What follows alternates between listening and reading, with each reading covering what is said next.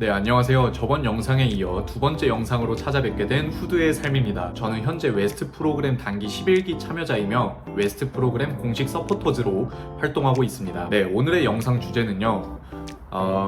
저번 영상에서 예고 드렸다시피 웨스트 자소서 질문 및 작성 포인트 그리고 면접 꿀팁에 대해서 다뤄보려고 합니다.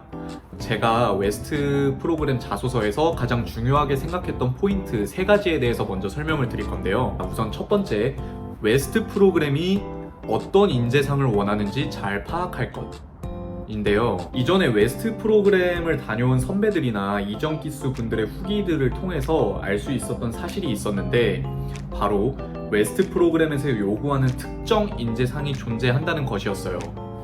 그래서 저는 자소서 작성 전에 저 본인의 이전의 삶과 저의 성격 등을 고려해서 웨스트 프로그램이 요구하는 인재상에 어떻게 맞춰서 작성할 수 있을지 여기에 대한 고민을 정말 많이 했거든요.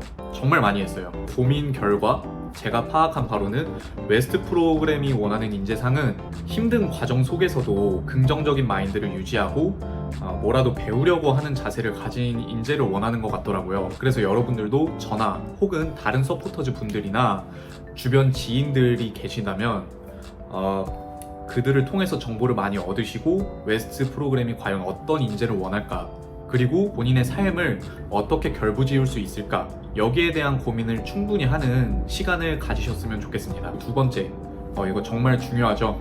두괄식 작성이랑 소제목 작성. 사실 이거는 웨스트 프로그램 자소서뿐만이 아니라 여러분들이 뭐 취준을 하시거나 뭐 대외 활동 혹은 동아리까지, 요즘 동아리 들어가기 빡세잖아요. 자소서도 막 이렇게 써야 되고. 근데 거기서 이제 수많은 지원자들이 지원을 하게 되는데 여러분들이 면접관이면 어떻겠어요? 지원자들 지원서를 수십 장을 읽게 될 텐데 핵심을 빠르게 파악할 수 없으면은 매력도가 떨어진다고 생각을 하거든요. 그래서 항목에 대한 답변을 작성할 때는 두괄식으로, 그리고 그 모든 항목에 대한 답변 위에는 간략하게 핵심을 드러낼 수 있는 소제목을 작성하시는 것을 추천드릴게요. 저 또한 그렇게 작성을 했고요. 자, 그리고 세 번째는 제가 가장 중요하다고 생각하는 포인트이기도 한데요. 바로 진실된 본인의 이야기를 작성하는 거예요. 이건 살짝 민감한 부분일 수도 있는데 제가 듣기로는 이제 적지 않은 분들이 자소서를 작성할 때 실제 본인의 경험을 솔직하게 작성하기보다 거기에 살짝 이렇게 양념을 쳐가지고 있어 보이려고 하는 분들이 계신다고 하더라고요. 근데 저는 그게 좋은 방식인지는 잘 모르겠어요. 물론 그렇게 하면 자소서야 있어 보이겠지만 그게 부풀려진 거잖아요. 어차피 서류 통과를 하시게 되면은 그 자소서를 바탕으로 면접을 보시게 될 텐데, 저는 개인적으로 MSG를 잔뜩 뿌린 자소서보다는 거창하지 않아도 정말 본인의 이야기가 진솔하게 담긴 자소서가 오히려 면접에 대한 부담도 덜 되고 저의 진실된 모습이 나올 수 있어서 결국 긍정적인 결과를 낼 수 있다고 생각하거든요. 정말 거창하지 않아도 돼요. 그저 본인의 경험을 토대로 어떤 것을 배웠고 무엇을 느꼈느냐, 어떻게 성장을 했느냐, 뭐 이런 점만 충분히 녹여낼 수 있다면 그거로 충분하다고 생각을 합니다. 그러면 이제 제가 지원할 당시에 자소서에 어떤 질문 항목들이 있었는지 찬찬히 살펴보면서 제가 그때 어떤 식으로 적었는지 한번 간단히 설명을 드려볼게요. 자, 첫 번째는 웨스트 프로그램 지원 동기와 프로그램 참여를 통해 이루고자 하는 목표가 무엇인지 서술하시오. 공백 포함 500자에서 1000자 이내네요. 모든 항목들이 다 공백 포함 500자에서 1000자 이내였어요. 제가 지원할 당시에는. 자, 그럼 이제 설명을 드려볼 텐데, 이 1번 항목에다가 본인의 미래 희망 직무, 커리어 목표 등을 연결지어서 적으신 분들이 많을 거라고 생각이 되는데 저는 그런 거는 일절 적지 않았습니다. 저는 웨스트 프로그램을 지원한 목표가 당연히 직무 관련 경험을 쌓을 수 있기 때문이기도 하지만 사실 그것보다 더 제가 끌렸던 거는 타지 생활을 하면서 내적으로 성장하고 싶은 욕구가 정말로 컸어요, 저는. 그래서 그 점을 어필을 했습니다. 어떤 식으로 적었냐면요, 저는 초등학교 때 아버지 일 때문에 6개월 동안 미국에서 생활한 적이 있거든요. 그래서 거기 초등학교도 다녔었는데 한 4, 5개월 다닌 것 같아요. 근데 쉽지 않더라고요. 왜냐면은 그때는 너무 어려가지고 영어도 유창하게 안 될 텐데 얼마나 힘들었겠어요. 뭐 학교에 가서 애들은 다 미국인이지, 물론 동양인도 조금 있었지만 걔들도 다 영어를 쓰니까 정말 쉽지 않았습니다. 근데 시간이 지나고서는 영어도 살짝, 많이는 아니면 살짝 트였어요. 살짝 트였고 좋은 친구들 덕분에 제 성격도 엄청 밝아졌거든요. 그래서 제가 어떤 걸 느꼈냐면은 그렇게 힘든 시간을 겪고 나면은 내적으로 어느 정도 성장하게 돼 있다. 그리고 내 자신을 믿는 것이 정말 중요하다. 이러한 점들을 느꼈거든요. 그래서 이번에는 성인이 돼서 홀로 미국에서 생활을 하면서 성숙한 내적 성장을 이루고 싶다. 이러한 식으로 작성을 했습니다. 그래서 여러분들도 각자 이 프로그램을 통해서 얻고자 하는 목표가 있으실 거 아니에요. 그러면은 그걸 그냥 진솔하게 녹여내면 아무 문제 없다고 생각합니다. 자, 다음으로 두 번째인데요. 본인이 속한 조직에서 타인과의 의견 차이로 인한 갈등을 원만하게 해결한 경험이 있다면 1번 갈등 상황, 2번 해결 과정, 3번 결과로 나누어 구체적으로 기술하시오 입니다. 이거는 제 기준에서 가장 무난한 질문이 아니었나 싶어요. 사실 여러분들이 이제 대학생이거나 졸업한 지 얼마 안 되신 분들이라는 걸 가정을 했을 때 대외 활동, 학회나 동아리, 알바 경험이 다들 한 번씩은 있으실 거 아니에요. 있으시죠? 만약에 정말 없다 하더라도 뭐 친구나 가족 간의 갈등이 살면서 얼마든지 있었을 거 아니에요. 뭐 그러한 경험들도 충분히 녹여낼 수 있거든요. 이 질문에서 가장 중요한 포인트는 제가 봤을 때 본인이 갈등 상황을 직면했을 때 얼마나 그 상황을 해결하려고 노력을 했느냐, 그리고 얼마나 오픈마인드로 갈등 상황을 해결하려고 했느냐, 이러한 점을 보려는 거기 때문에 제가 방금 말씀드린 이 점 고려하셔서 논리만 갖춰서 작성하시면 크게 문제는 없을 것 같습니다. 자, 그러면은 다음 세 번째 질문으로 넘어갈게요. 세 번째 질문은 웨스트 활동 기간 동안 1번 언어 장벽, 2번 현지 체제비 부족, 3번 인턴십 불만족. 뭐 인턴십 불만족에는 희망 직무와 다른 배정, 열악한 근무 환경, 단순 업무 등 이런 상황이 있겠죠. 이러한 상황들에 대한 본인의 대처 방안을 제시하시오 입니다. 저는 이 질문이 여러분들이 웨스트 프로그램을 수행하기에 앞서 얼마나 준비가 되어 있는지, 얼마나 각오가 되어 있는지, 그런 여러분의 열정을 확인하기 위한, 그런 척도를 확인하기 위한 질문이라고 생각이 됐었는데요.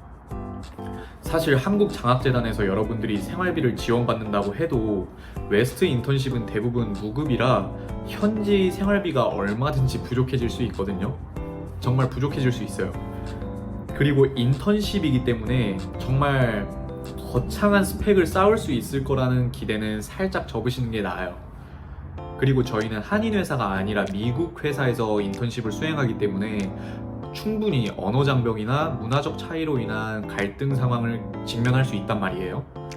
그래서 저 같은 경우에는 군적금이나 그동안 모아놨던 돈이 있었고 부모님도 지원을 조금 해주신다고 감사하게도 말씀을 해주셨기 때문에 재정적으로 문제가 없을 거라고 적었습니다. 재정적으로 문제가 없을 거라고 어필을 하는 게 가장 중요한 것 같아요. 그리고 인턴십 불만 같은 경우 뭐 열악한 환경이더라도 배울 점을 많지 않을까? 이라는 저의 생각을 어필을 했습니다. 그리고 언어 장벽 같은 경우에는 어려움을 느꼈을 때 제가 최대한 그 상황을 외면하지 않고 저 스스로 더 말을 해서 그런 어려움을 극복하겠다고 적었고, 또 저 스스로도 지속적으로 영어 공부를 하겠다고 적었어요. 이 질문에서는 여러분들이 프로그램을 수행하는 데 있어 전혀 문제가 없다는 것을 어필하는 것이 가장 중요하다고 생각합니다. 4번 질문으로 넘어갈게요. 4번. 본인이 생각하는 웨스트 J1 인턴십의 취지를 서술하고 이에 부합하는 본인의 수행 태도와 각오를 제시하시오. 인데요. 네, 제가 아까 전에 1번 직무에서 저의 희망 직무나 미래 커리어 목표 등을 녹여내지 않았다고 말씀을 드렸잖아요. 저는 그 얘기를 이 4번 질문에 녹여냈어요. 우선 처음에 웨스트 인턴십은 학생들이 미국에서 다양한 경험을 할 수 있도록 하고 이를 토대로 한국의 위상을 드높일 글로벌 핵심 인재로 성장할 수 있도록 하고 있습니다 라고 웨스트 J1 인턴십에 취지를 적었고요.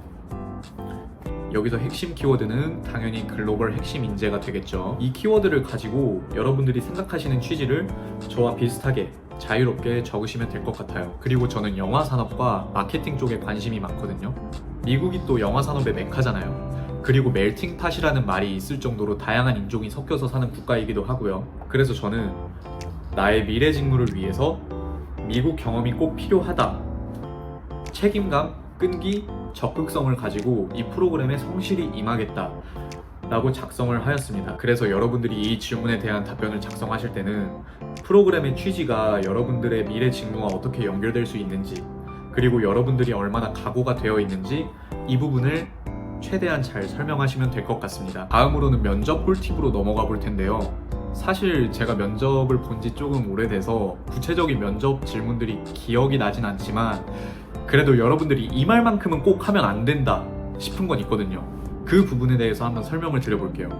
자, 우선 첫 번째로 아무리 자소서에 생활비가 문제 없다 라고 적으셨어도 그래도 면접관 분들이 아니 그래도 생활비가 부족하면 어떡할 겁니까? 라고 면접에서 물어보실 수가 있어요. 이제 여기서 여러분들이 생활비가 부족해지면은 알바해서 충당하겠습니다.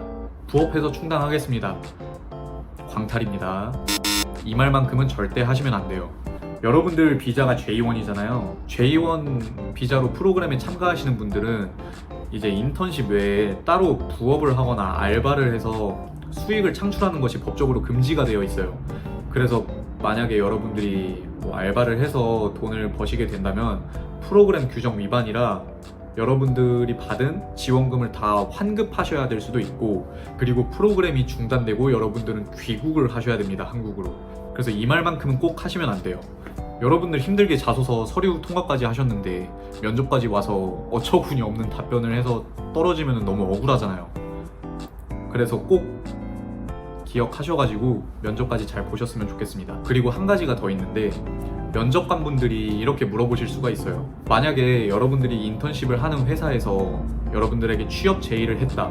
그러면 어떻게 할 거냐? 이렇게 물어보실 수가 있어요.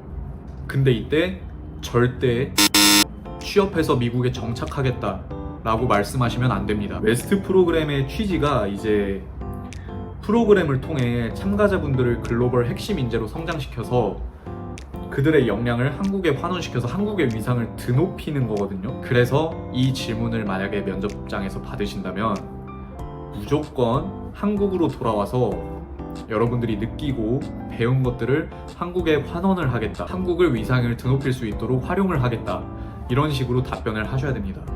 꼭 기억하세요. 제발 이 두 가지 꼭 기억하셔서 면접장에서 불상사가 일어나지 않길 바랄게요. 네, 그럼 오늘 영상도 제가 담아내고 싶은 내용은 다 담은 것 같아요. 지금까지 후드의 삶이었고요. 많은 분들께 이번 영상도 도움이 되셨으면 좋겠습니다. 혹시 궁금한 점이 있으면 댓글 꼭 남겨주세요. 제가 상시 확인을 할 테니까 확인하는 대로 답변을 최대한 자세히 적어 놓도록 하겠습니다.